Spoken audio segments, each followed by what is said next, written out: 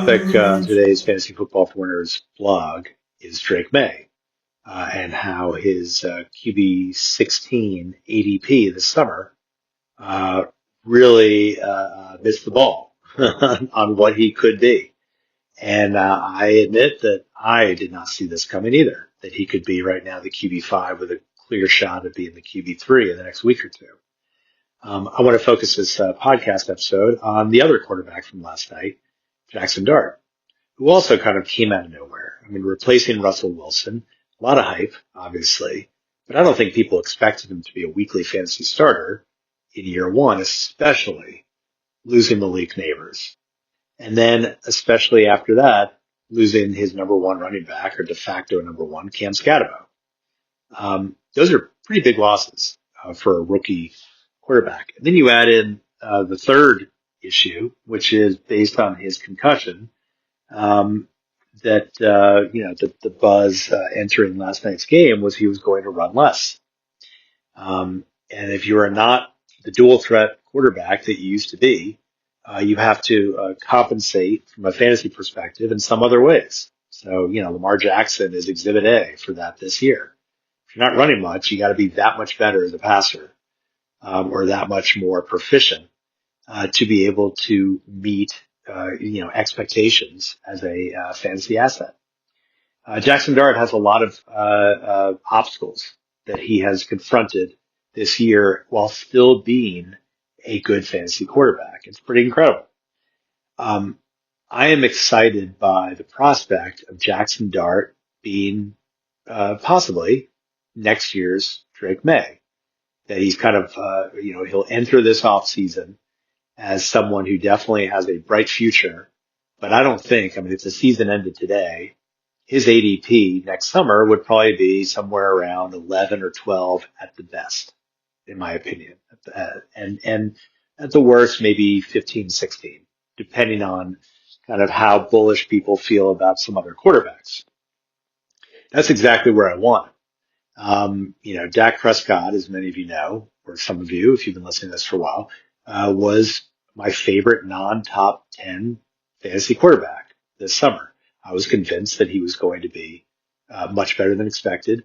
And in fact, for most of the summer, he was ranked behind Justin Fields. And I had a podcast episode where I explicitly called that out, that it was inconceivable that Dak Prescott would finish worse than Justin Fields this season. It made absolutely no sense. And I think told listeners to bookmark that episode.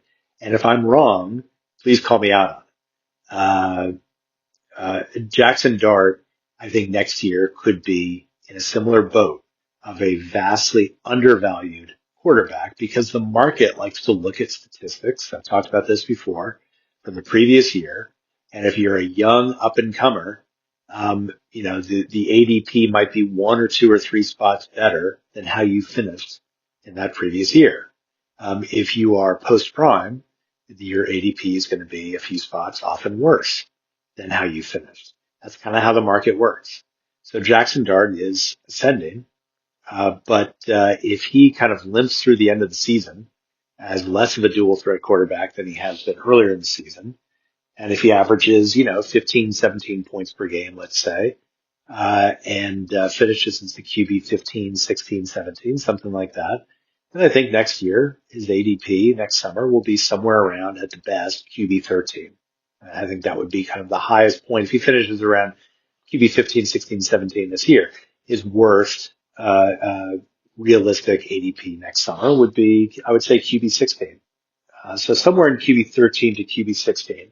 I do a lot of these predictions, by the way, on my own, just in trying to size up after the season where I think players are going to end up. And it's shocking how, and I say this with all humility, how accurate they are. And that's because there really is kind of a system to it.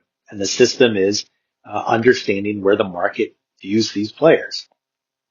Jaxson Dart is someone who has clear top 10 potential next year. And one of the big reasons why, there's several big reasons why, the eventual return of Cam Scatabo. The fact is, it's incredible that Tyrone Tracy and Devin Singletary have been as productive as they have been. But losing Scatabo was a hit. Scatabo is a special rookie. with incredible rushing and pass catching. Combined, Tyrone Tracy and Devin Singletary do a good job, but it's not the same without Scatabo. And then, of course, it's definitely not the same without Malik Neighbors.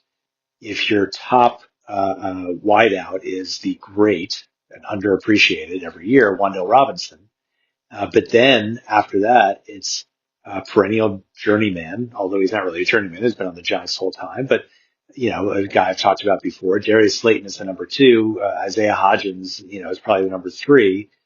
That's a pretty thin wideout core, compared to other teams. I mean, Slayton would be, has been in past years for the Giants, at times number 4, number 5 receiver. So this is a pretty thin receiver core. And when you get Malik Neighbors back, a guy who can be easily a top 10 fantasy receiver, and you still have Wan'Dale Robinson, and you've got Slayton or whoever else they get, they could draft someone, they could sign someone as a number 3.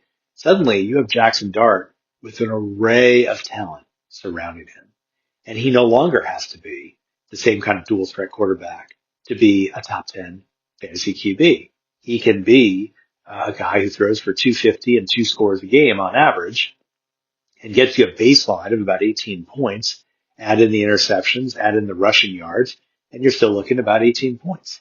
That's not bad, and that could be, should be, most seasons would be good enough for top 10, or just on the cusp of top 10.